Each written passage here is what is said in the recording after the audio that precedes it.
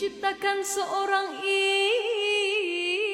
insan, lembut hati bak redup pandangan.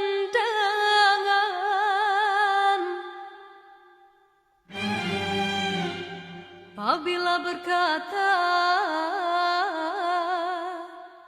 seluruh alam menyaksikan kesyahduan,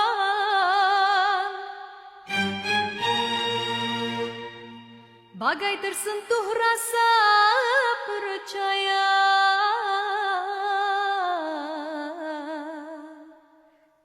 Tika terdengar